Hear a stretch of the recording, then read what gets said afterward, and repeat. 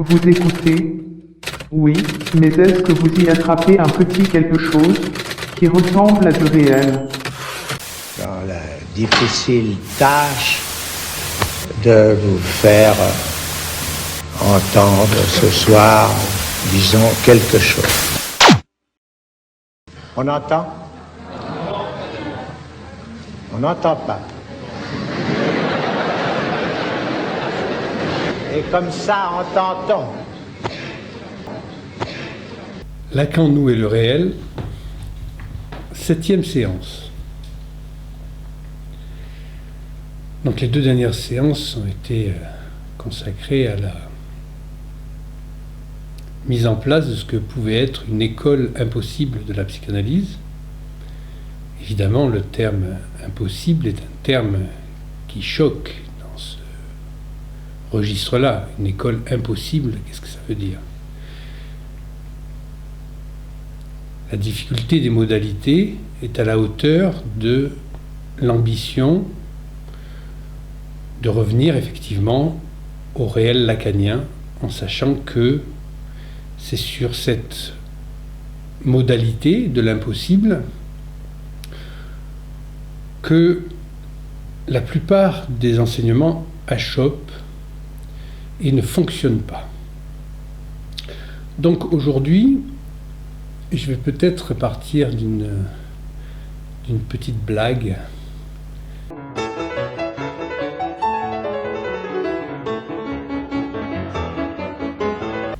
Donc la petite blague, c'est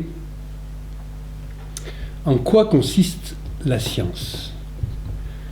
La science consiste à chercher un chat noir dans l'obscurité. En quoi consiste la philosophie ? La philosophie consiste à chercher dans l'obscurité un chat noir qui n'y est pas. En quoi consiste le matérialisme dialectique ? Dans l'obscurité, chercher un chat noir qui n'y est pas et s'écrier « Je l'ai !» Donc ça, c'est une blague soviétique qui met en scène effectivement la manière dont fonctionne la recherche, entre guillemets, scientifique.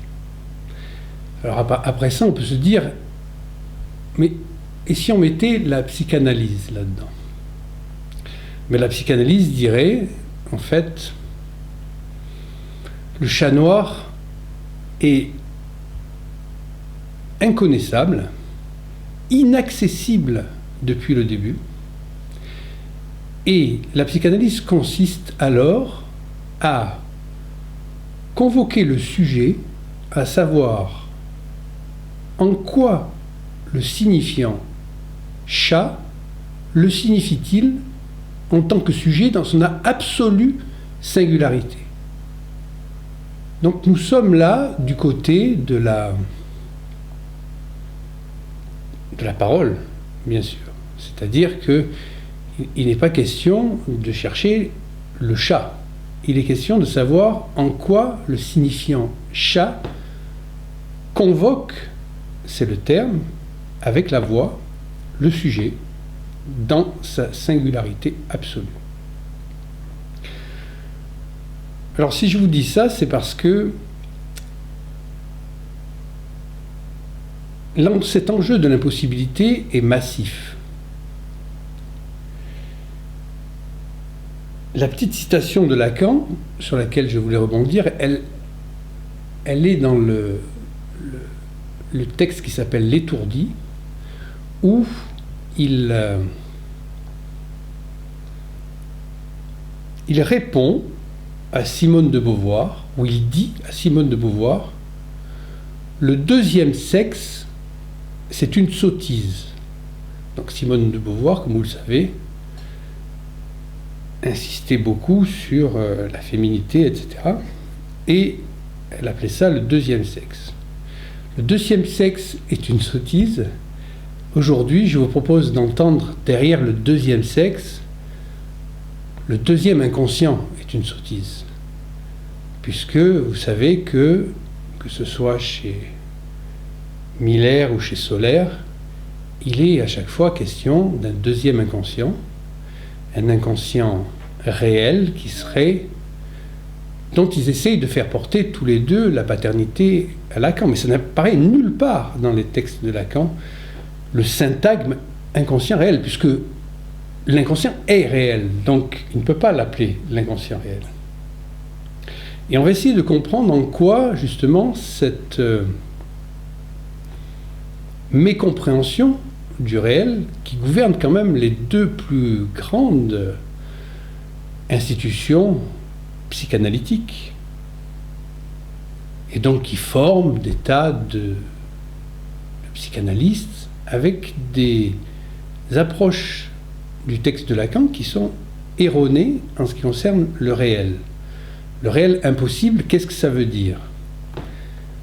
Donc j'ai décidé de faire un petit détour qui, j'espère, ne sera pas trop fastidieux, par les mathématiques, puisque vous savez que au départ, Freud comptait bien inscrire la psychanalyse dans le domaine des sciences. Et ensuite, Lacan, lui, a bien compris que c'était effectivement une science, mais une science très particulière, puisque c'est la science du particulier. Et ça tient à des éléments logiques. Parmi les éléments logiques, nous avons le fait de pouvoir donner un synonyme à cet impossible qui est l'inaccessibilité. Lacan en parle dans Ou pire, un séminaire qui précède le séminaire Encore, qui est peut-être le séminaire le plus fort, je dirais, dans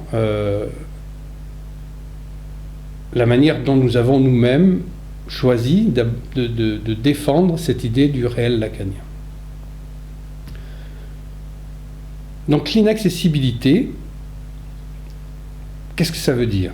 On va prendre un exemple et on va parler de quelque chose que tout le monde connaît et répète à l'envi, c'est il n'y a pas de rapport sexuel.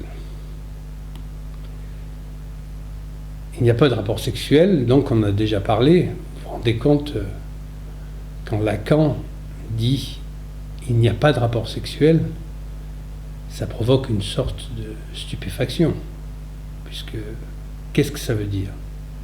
En fait, Lacan, il fait là un pas de sens. Un pas de sens, c'est à entendre un peu comme le plus de jouir, c'est-à-dire dans l'équivoque.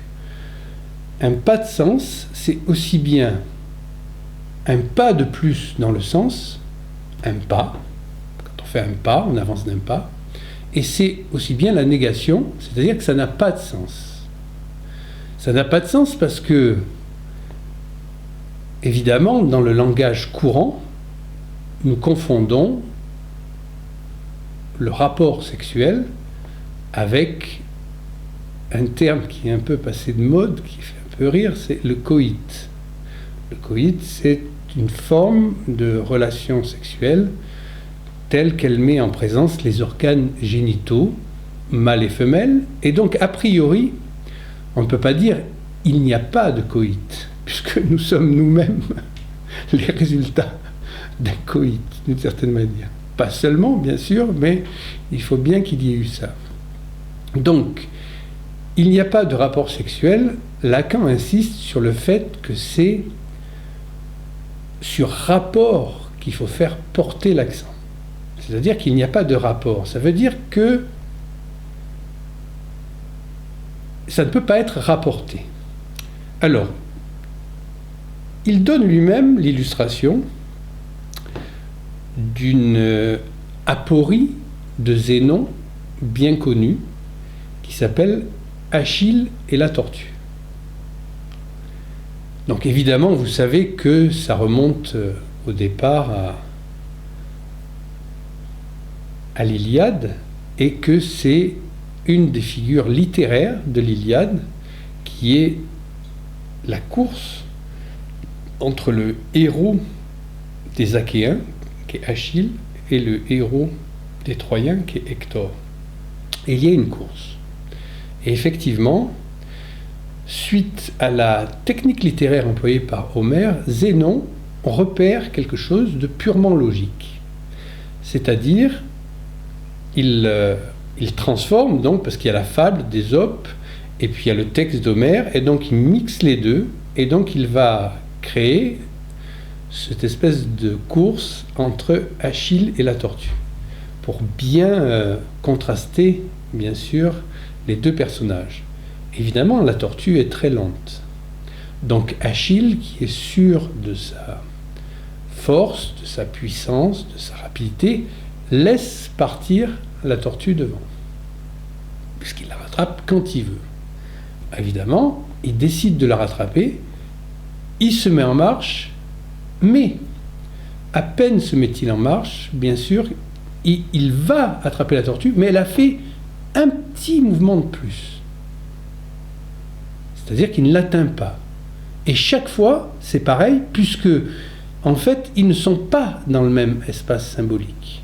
Donc, de ce fait, Achille peut très bien aller au-devant de la tortue, passer devant elle, ou être vraiment au plus proche de la course de la tortue derrière elle, mais comme chaque fois, elle est partie devant et elle fait un pas de plus, il n'arrive jamais à l'atteindre. Ça, c'est une dimension qu'on retrouve bien sûr dans l'objet de désir et dans une illustration, vous l'avez compris, il n'y a pas de rapport sexuel. Parce que on se retrouve là dans la mathématique avec la représentation des espaces ouverts, espaces fermés, et aussi de la dimension de la castration. On va voir comment ça fonctionne ensemble. Ça a l'air a priori un peu comme ça échevelé de pouvoir rassembler ces choses-là. Mais en fait, il suffit pour ça que vous vous rappeliez quand vous étiez en cours et que vous deviez faire ou apprendre, quand vous avez appris, comment on calcule, par exemple, la racine de 2. La racine de 2, donc 1,414, suivi d'une infinité de chiffres. En fait, vous pouvez très bien vous la représenter, c'est-à-dire l'observer et même l'imaginer, puisque c'est la diagonale d'un carré de 1 de côté. La diagonale, c'est racine de 2. Mais vous ne pouvez jamais l'obtenir, jamais l'attraper. Parce que vous allez avoir une série de chiffres à l'infini qui vont vous empêcher d'y accéder directement. Donc c'est inaccessible. Ça fait partie donc des nombres réels en mathématiques par rapport au nombre naturel. 2 est un nombre naturel et racine de 2 ou pi ou phi sont des nombres réels, c'est-à-dire qu'il y a une infinité de chiffres après la virgule et donc on n'en finit jamais. Ça nous amène à la notion d'infini. Alors, la notion d'infini, c'est une notion qui a été traitée par, bien sûr, le grand mathématicien Cantor, qui a travaillé sur des espaces infinis et des espaces trans-infinis.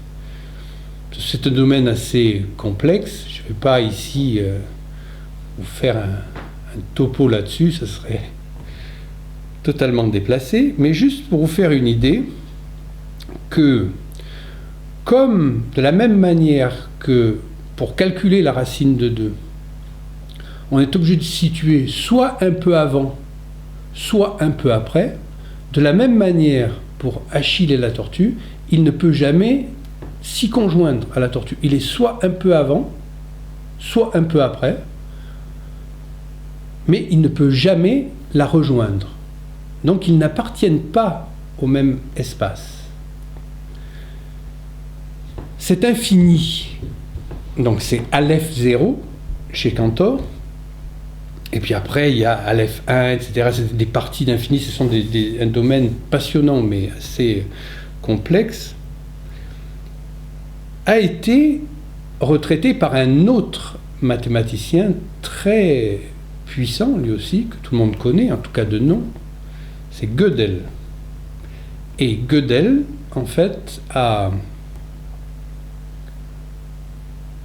travaillé sur les infinis de Cantor et sur l'inaccessibilité des infinis de Cantor. Qu'est-ce que ça veut dire inaccessible chez Cantor? Alors, il y a les inaccessibles déjà chez les nombres naturels, c'est-à-dire que les opérations telles que l'addition ou la multiplication des nombres naturels, des nombres 1, 2, 3, 4, les nombres dont on a parlé tout à l'heure, en fait, se cumulent à l'infini et ce n'est jamais atteignable, cet infini-là.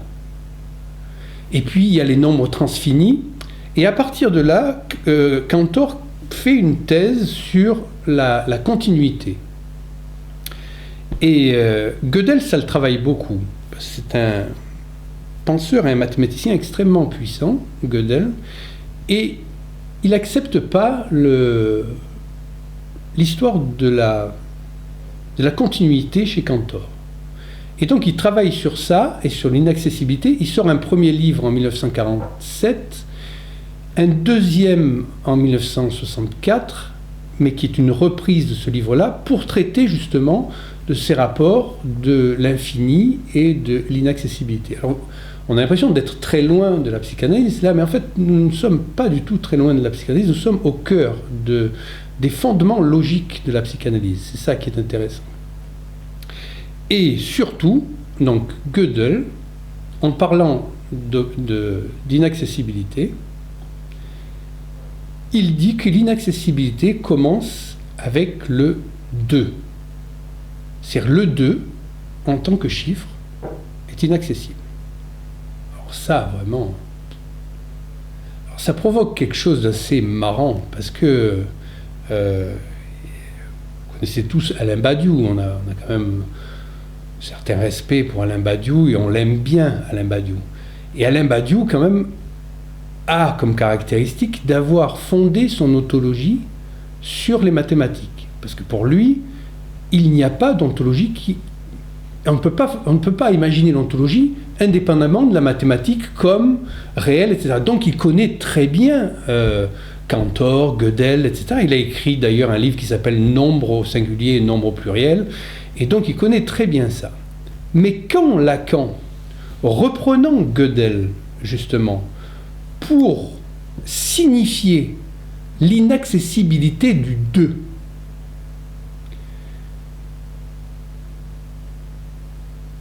Badiou, là, dit, mais comment peut-il dire ça? Il s'emporte, il dit, mais c'est un symptôme pour Lacan, etc., avec ses grands airs, là. Comment? C'est pas possible. Tout le monde sait que 1 et 1, ça fait 2. Parce que l'inaccessibilité, c'est évidemment comment déduire un chiffre des chiffres qui le précèdent. Or, pour Gödel, on ne peut pas déduire le 2 du 0 et du 1. C'est impossible. Alors Badiou, là, il bondit et il dit « Tout le monde sait que 1 et 1, ça fait 2. » Mais là, ce qui est curieux, c'est que Badiou a forcément lu le livre de Gödel, puisqu'il écrit un livre sur les nombres.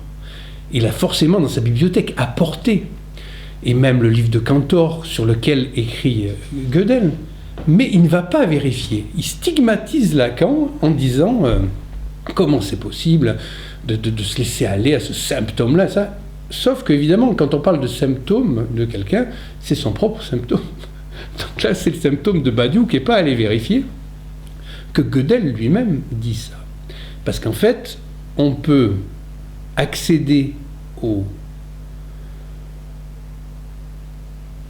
3, quand on a déjà posé le 2, on fait 2 plus 1, et toute la série des chiffres naturels avant, mais avant le 2, avec 0 et 1, on ne peut pas déduire 2. C'est impossible. Alors vous me direz, mais avec 0, peut-on déduire 1? En mathématiques, oui. Parce que 0 puissance 0 égale 1. Ou factoriel 0 égale 1. Donc du 0, on peut déduire le 1, mais avec le 0 et le 1, on ne peut pas déduire le 2. C'est une opération mathématique impossible. Ça n'existe pas. Donc le 2 est inaccessible. Ça paraît quand même curieux, hein, alors que les deux écoles de psychanalyse les plus prestigieuses insistent sur les deux inconscients comme si c'était une grande découverte, etc. Mais c'est impossible, parce que justement le 2 est inaccessible. Donc il n'y a pas de deuxième inconscient.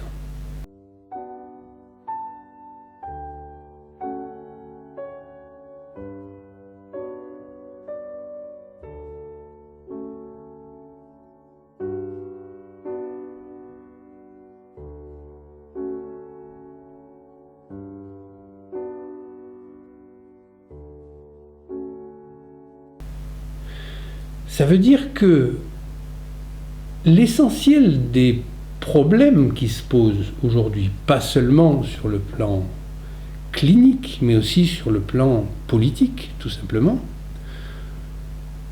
sont que tout l'arrière-fond sur lequel se fondent les réflexions n'est pas correctement saisi.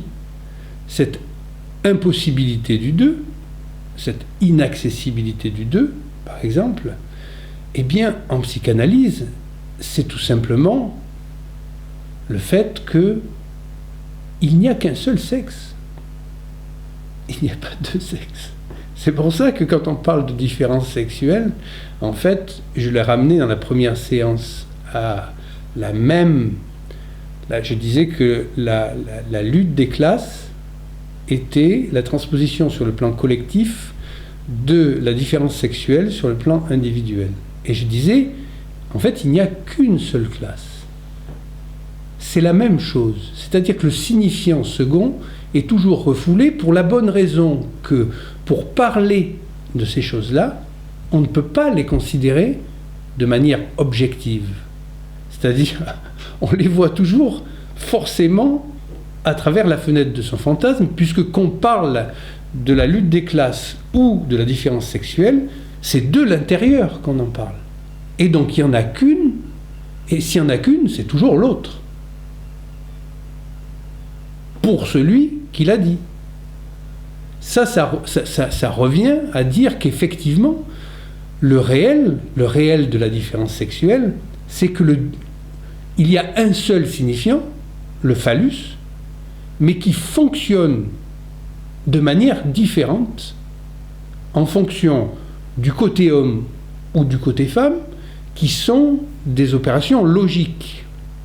Donc, revenons à notre Achille et la tortue. En fait, Achille qui vise la tortue, c'est évidemment le langage qui vise la chose. Il la rate tout le temps. Et ça, c'est la jouissance phallique. Ça, c'est la castration. Hein, puisque la frappe répétée du langage pour essayer de dire la chose va toujours rater la chose. Elle va arriver un peu avant, un peu après, sur le côté, mais elle ne peut pas accéder à la chose.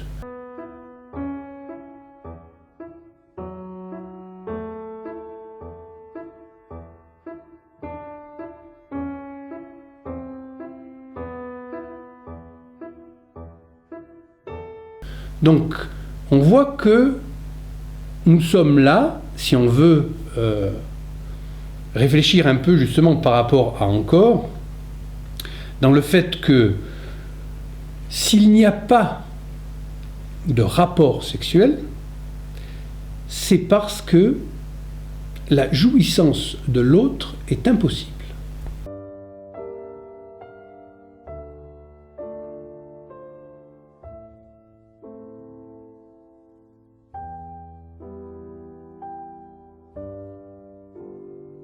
La jouissance de l'autre, je vais essayer de développer un peu pour pas après avoir à revenir de trop loin. La jouissance de l'autre est impossible, on peut l'entendre de deux manières. On peut l'entendre au génitif objectif, c'est-à-dire jouir de l'autre. En fait, c'est impossible parce qu'on ne peut pas jouir du corps de l'autre. On va jouir de bouts de corps, mais on ne va pas pouvoir accéder au corps de l'autre. Il est inaccessible, le corps de l'autre. Les sensations, vous nous renvoyez à notre propre corps, on va pouvoir parcelliser le corps de l'autre, mais on n'accède pas au corps de l'autre. Et on a la jouissance de l'autre en tant que génitif subjectif, c'est-à-dire la jouissance qui appartiendrait à l'autre. Et donc là, on a la jouissance que Lacan appelle la jouissance autre, qui est la jouissance féminine. C'est-à-dire que c'est une jouissance qui n'est pas... qui est différente de la jouissance phallique. Mais pour autant, ça ne veut pas dire que du côté femme, les femmes ne sont pas soumises à la jouissance phallique. Parce que, vous l'avez compris, la parole, la jouissance phallique, c'est-à-dire la jouissance qui est inscrite dans le langage, elle va, comme dans cette histoire de Achille de la tortue, créer des espaces fermés à chaque fois qui n'accèdent pas à la chose. On a une succession infinie d'espaces fermés, sans accéder directement à la chose. Pour la jouissance côté femme, mais c'est seulement côté femme, parce qu'il y a beaucoup d'hommes qui sont, enfin beaucoup, j'exagère, il y a des hommes qui ne sont pas insensibles à cette jouissance féminine, parce que la jouissance de l'autre, en fait, c'est la jouissance féminine, que Lacan appelle jouissance autre, et qu'il appelle la jouissance mystique. Donc ce sont les textes des mystiques qu'il étudie, et qui est une série magnifique d'impossibilités de décrire quelque chose. Comment accéder à ce monde-là qui est un au-delà de la jouissance phallique. Donc on a l'inaccessibilité vue sous deux registres.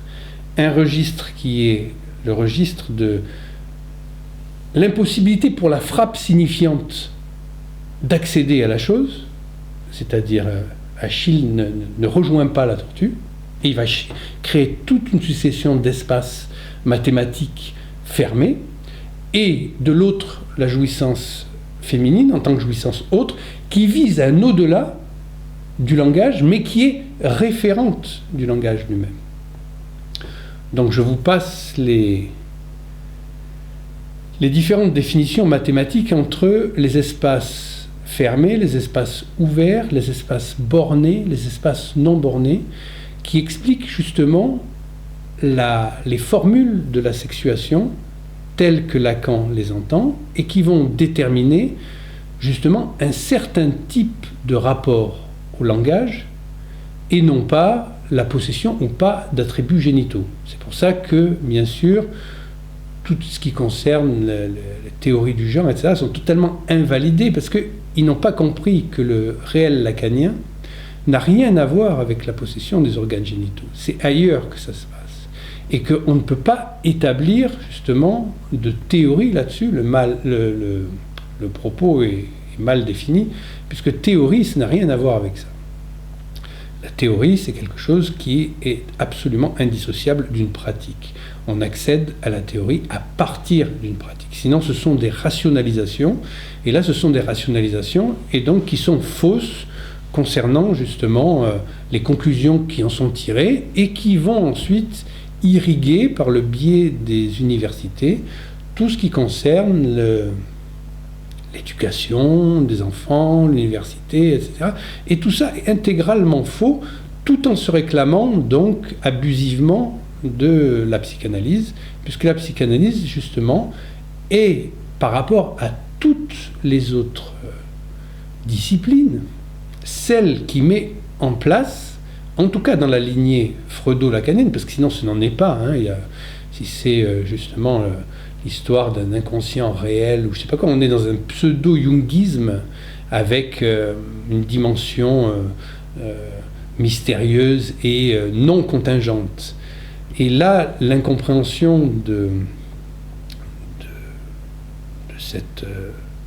ce réel lacanien amène à chaque fois à s'éloigner de la contingence du symbolique.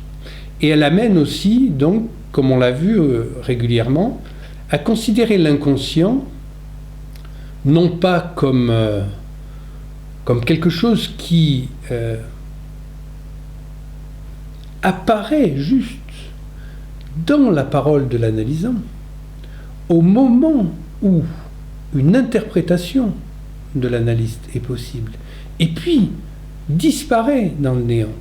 Ces gens-là substantifient l'inconscient pour en faire une espèce de module qui réglerait à l'insu du sujet l'ensemble de ses comportements de manière durable. Donc ça, c'est une substantialisation de l'inconscient qui n'a rien à voir avec le réel lacanien, puisque le réel lacanien, en fait, il est asubstantiel, comme on l'a vu la dernière fois, étant donné qu'il s'agit d'un écart, c'est-à-dire quelque chose qui justement ne peut pas être comblé. C'est un trou, c'est un vide, et c'est ce qui détermine justement l'impossible à partir duquel les possibles sont envisageables.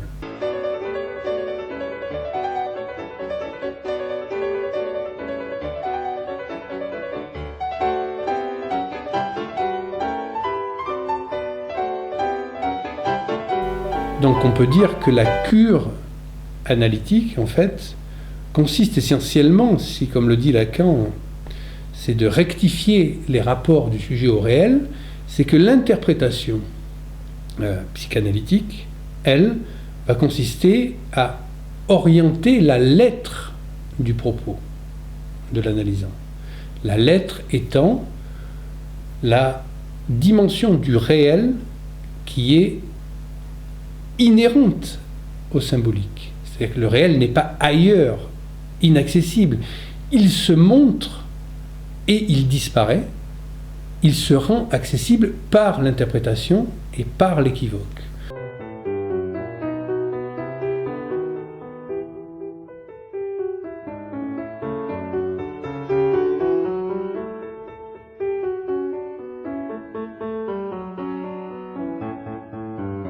Voilà en quoi consiste le réel lacanien dans son application et dans ses implications aussi, sur le plan aussi bien clinique que, bien sûr, sur le plan politique.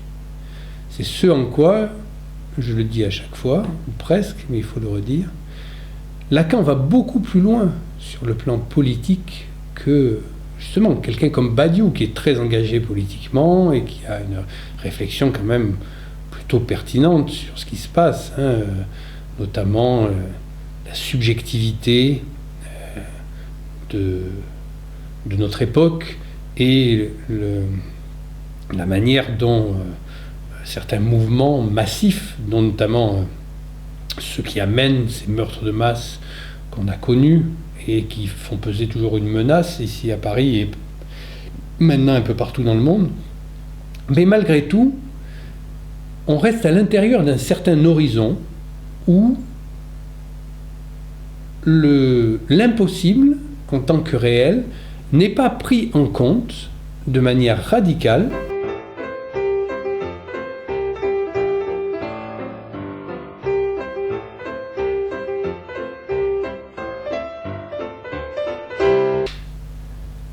Alors bien sûr, tout ça peut sembler être des sophismes, parce qu'on va se dire, mais finalement, Achille, il attrape la tortue.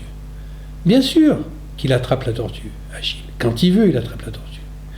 Mais de quoi parle-t-on, en fait, quand on parle de psychanalyse? Ça, c'est un peu comme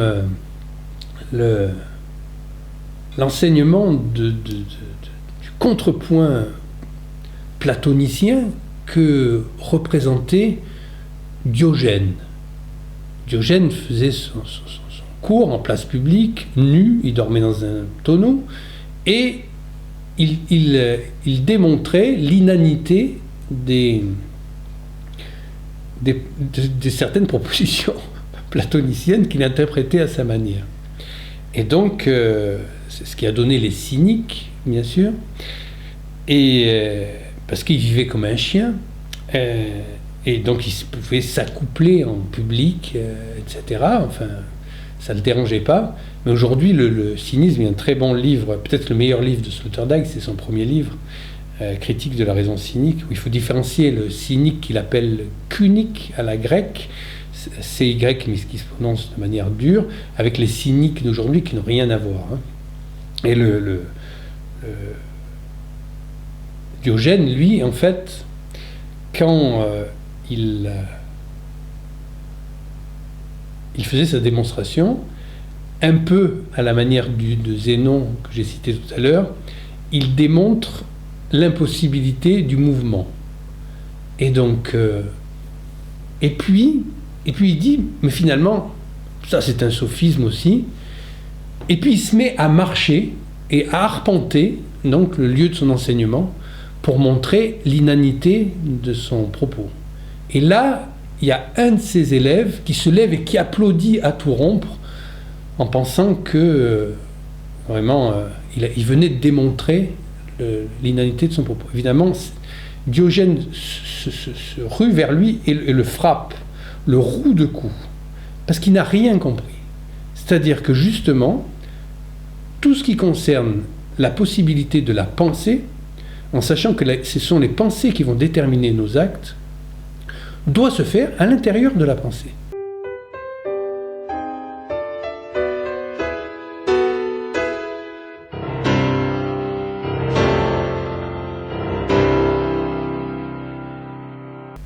Donc, c'est-à-dire qu'on ne peut pas démontrer l'impossibilité du mouvement en marchant. Il faut le faire par la logique. Et donc, l'élève qu'il avait applaudi s'est fait rosser parce que justement, il a oublié ça de la philosophie et du domaine de la pensée, qui est que c'est la logique qui doit gouverner. Et si la logique n'est pas correctement posée, si par exemple on oublie cette histoire de l'inaccessibilité du deux de Gödel, c'est que rien que dans la logique ordinaire, il y a un problème si on veut penser. Parce qu'on pense toujours en deux. Évidemment, quand Badiou, tout à l'heure, je parlais de lui, il s'insurge contre Lacan en disant mais comment c'est possible, au lieu d'aller voir dans sa bibliothèque le livre de Gödel et constater que c'est effectivement le cas, c'est parce qu'il a besoin du deux, lui, dans sa théorie, qui n'est pas une théorie, du coup, qui est juste une philosophie, disons, rationnelle, à partir des éléments rationnels qu'il met en place.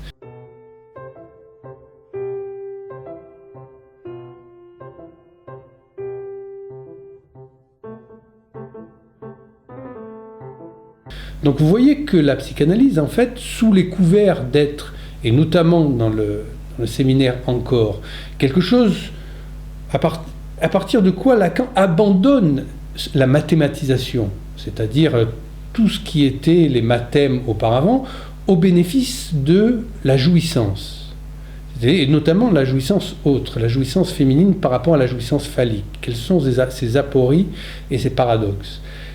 Eh bien, malgré tout, en fait, dans la psychanalyse, il y a cet arrière-fond qui est justement la logique elle-même. Parce que la logique, c'est ce qui va déterminer les possibilités d'une pensée, et les possibilités de pensée est celle qui va fonder la réalité dans laquelle on vit. Puisque, vous savez, la réalité, c'est le fantasme, et ce fantasme-là se nourrit d'un certain type de pensée.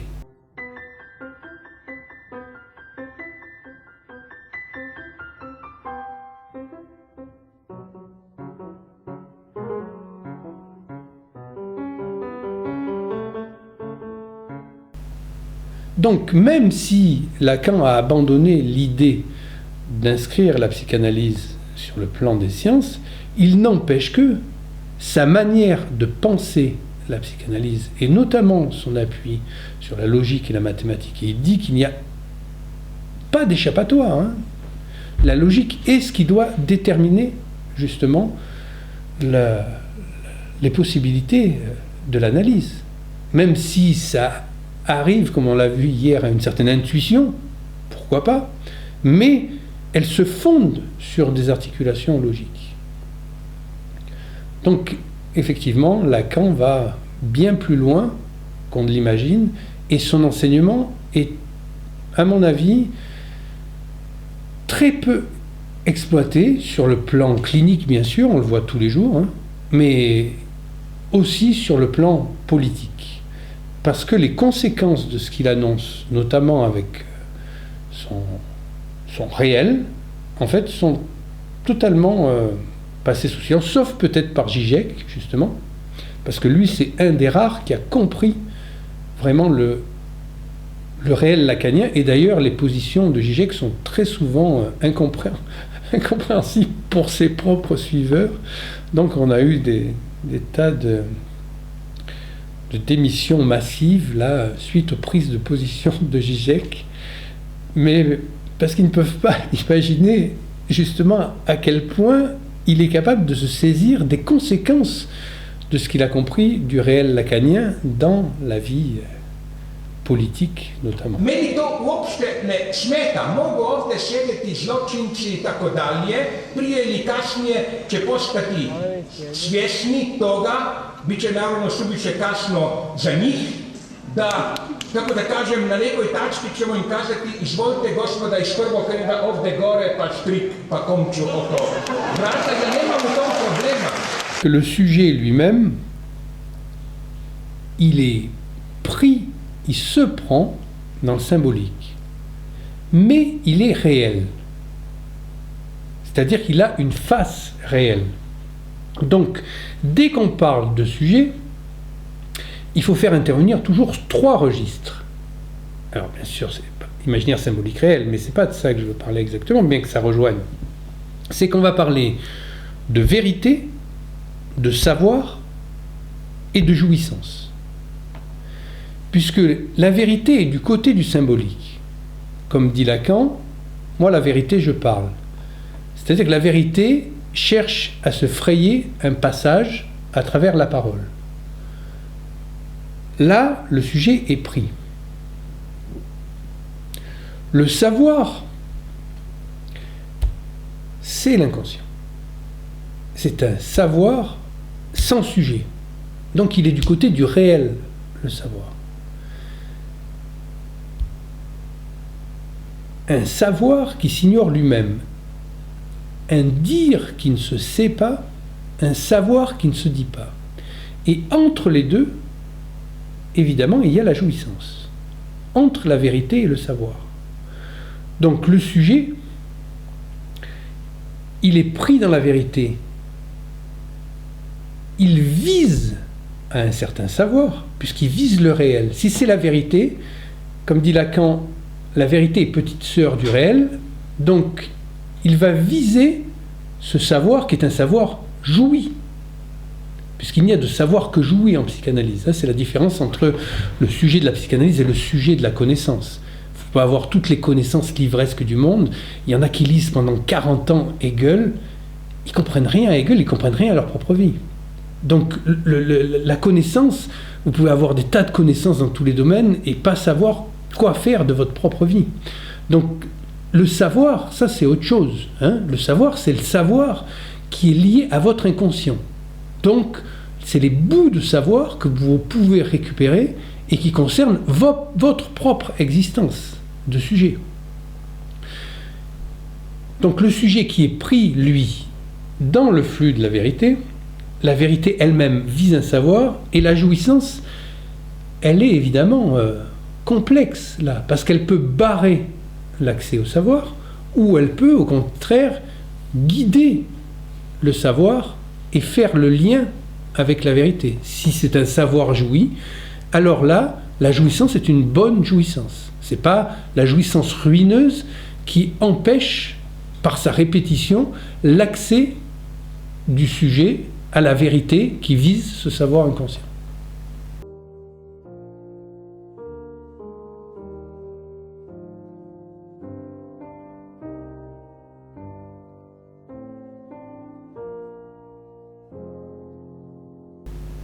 Voilà comment j'entends cette question. Et justement, s'il n'y a pas de 2 inconscients, c'est parce que l'inconscient est réel dans la mesure où il est la manifestation du réel dont le sujet est affligé. Parce que dire il y a un inconscient réel, ça veut dire qu'il y a d'autres inconscients. Sinon, il n'y a pas besoin de dire réel, il n'y a pas besoin de le qualifier. C'est le syntagme qui ne va pas. L'inconscient, c'est le réel dans la mesure où c'est le réel dont je suis affligé et c'est en même temps le réel auquel j'ai une possibilité d'accès. Parce que justement, le sujet qui est pris dans le symbolique a une face réelle. Il est lui-même réel. C'est la part qui échappe.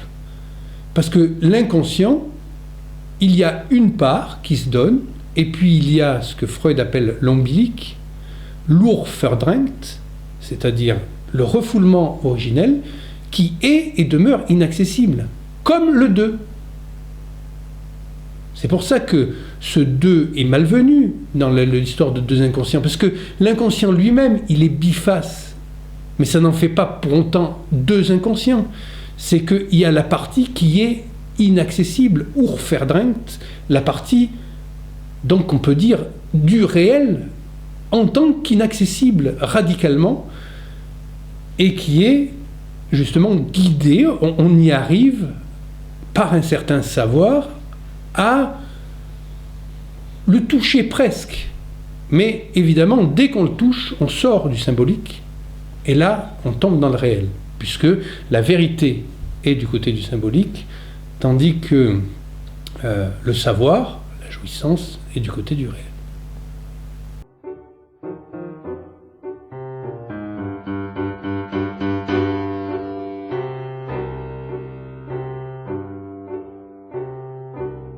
Ça, c'est un domaine extrêmement complexe. C'est la réflexion parménidienne sur l'un. Et il y a des gens qui ont étudié donc toutes les possibilités du un, telles qu'elles sont énoncées, et justement toutes les impasses qui y mènent. Mais je ne pourrais pas me prononcer aujourd'hui sur une résolution de ce un-là, parce que c'est un domaine quand même très très complexe. Mais effectivement, si on peut le placer par rapport aux deux, on peut dire que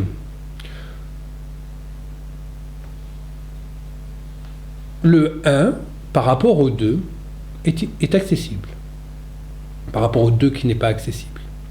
Et il y a de l'un, c'est peut-être, il y a au moins de l'un, puisqu'il n'y a pas de 2. Il n'y a pas de 2 parce que c'est l'autre côté de la bande de Möbius. Donc on ne peut pas dire que c'est 2, puisque ça fait partie de du même espace topologique. Mais il y a de l'un, par contre, c'est notre, peut-être, c'est porté par un sentiment, une impression qui arrive très tôt dans l'enfance, de notre unicité aussi, d'une certaine manière. Et en tout cas, du point de vue mathématique, puisqu'aujourd'hui j'avais décidé de le placer sur ce plan-là par rapport à l'inaccessibilité du 2, le 1 lui-même est accessible, mathématiquement, ne serait-ce que par rapport au 0 qu'il faut poser. Alors vous savez que le 0 arrive tardivement dans les mathématiques, il vient de l'Inde et des Arabes,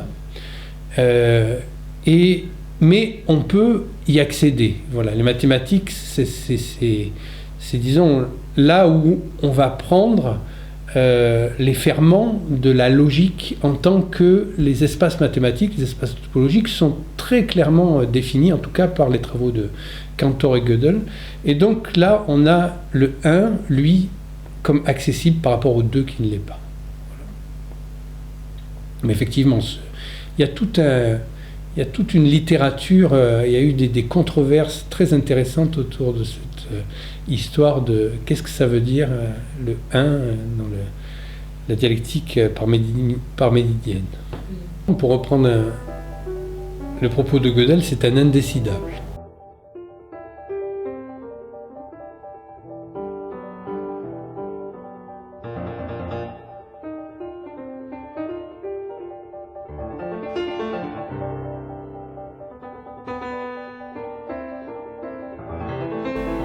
Vous voyez que la recherche théorique, justement, quand elle se fonde comme ça sur une pratique et qu'elle est correctement argumentée, elle a des incidences, justement, sur la réalité. Mais même quand elle n'est pas fondée, nulle part, elle a des incidences sur la réalité, puisque la réalité n'existe que si elle est sous-tendue par un discours. Donc dans ce qui s'est passé récemment au Zizek Studies avec les prises de position de Zizek, notamment sa critique assez dure sur Castro, mais il a raison, après la mort de Castro, c'est que du point de vue strictement lacanien, il est impossible de penser une révolution aujourd'hui, collective, avant qu'elle n'ait eu lieu chez un certain nombre de sujets sur le plan subjectif. C'est-à-dire c'est la révolution sur le plan subjectif qui peut amener à une révolution sur un plan collectif. Puisque le collectif n'est rien d'autre que le sujet de l'individuel. Mais ça passe d'abord par la révolution subjective. Sinon, c'est mettre de nouveaux maîtres à la place des anciens maîtres, mais ça ne change rien. Hein. Donc tout ce romantisme de la gauche, etc., bon, c'est bien gentil, mais ça ne va pas loin, quoi. Maintenant, la véritable révolution, c'est ailleurs qu'elle se passe, quoi. Et notamment sur le plan logique, sur le plan éthique, sur le plan langagier. C'est impossible autrement.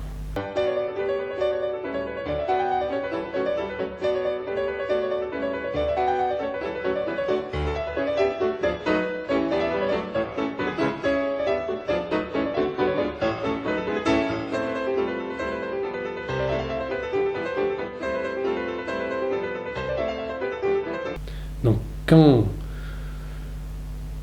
sommes à ce point gouvernés par un petit nombre de signifiants totalement... Alors, Achille rate la tortue, mais il la rate de peu. Mais les signifiants qu'il y a dans les médias, ça rate pas de peu. Hein. Ça n'a rien à voir avec ce qui se passe réellement. Tout le monde s'imagine que ce qui se passe, je ne sais pas, aujourd'hui en Syrie ou dans les élections américaines, etc., les mots qui décrivent les situations sont des mots qui approchent les situations réelles. Pas du tout. C'est des ensembles de signifiants qui fonctionnent entre eux, comme ça n'a rien à voir, comme vous pouvez le constater quand vous approchez les choses de près. Hein. Donc l'exigence que nous devons avoir, c'est effectivement une exigence d'essayer de ne pas mal nommer les choses. Un peu comme disait Camus, c'est ajouter du désordre au monde. Donc relayer des choses extrêmement mal nommées, c'est ajouter beaucoup de désordre au monde. Donc s'en tenir à une forme de précision dans le lexique, de justesse dans la syntaxe, et surtout la qualité de la logique.